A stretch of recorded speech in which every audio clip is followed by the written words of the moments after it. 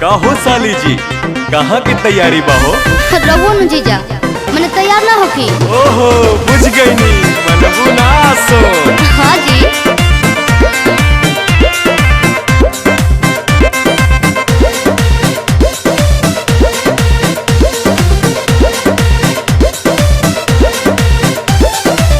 जातारू माई के दर्शन तू करे, हाँ जी। काहे के लगलू है साजे सवारे।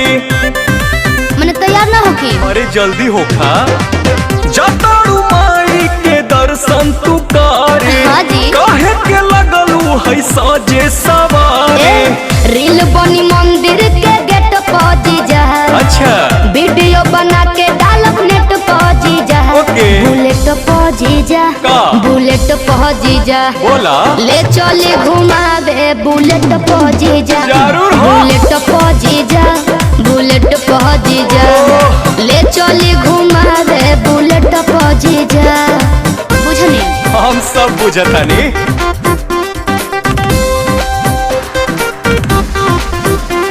बुलेट पर जीजा, बुलेट पर जीजा।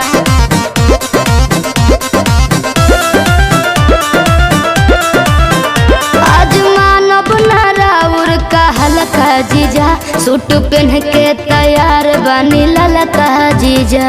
अच्छा ठीक बा, ए जीजा जी सुना जौन कहबू खाए के साली उ घर ही लिया दे हबो। अरे ना जी। डेयरी मिल्क कहा चॉकलेट तू पैकेट खिया दे हबो।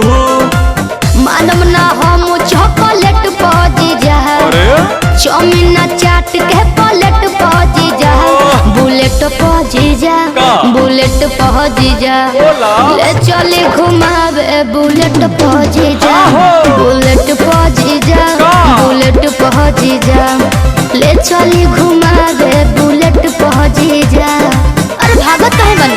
तोहरी कहाँ भागतानी।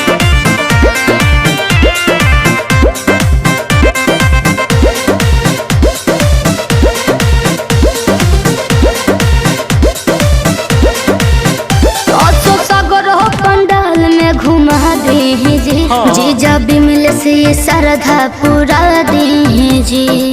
ठीक बनू, फिर कुछ ना कहो।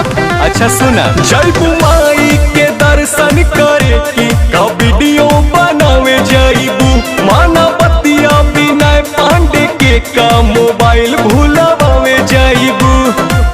आई है नेटार गेट पर जीजा, अरे ना हो। चली पंडाल वाला सेट पर जीजा। हाँ। बुलेट पर जीजा, का? बुलेट पर जीजा, बोला ले चली घुमावे बुलेट पर जीजा। के बा? बुलेट पर जीजा, बुलेट पर जीजा, ले चली घुमावे बुलेट पर जीजा। बुझनी? अच्छा तो चला।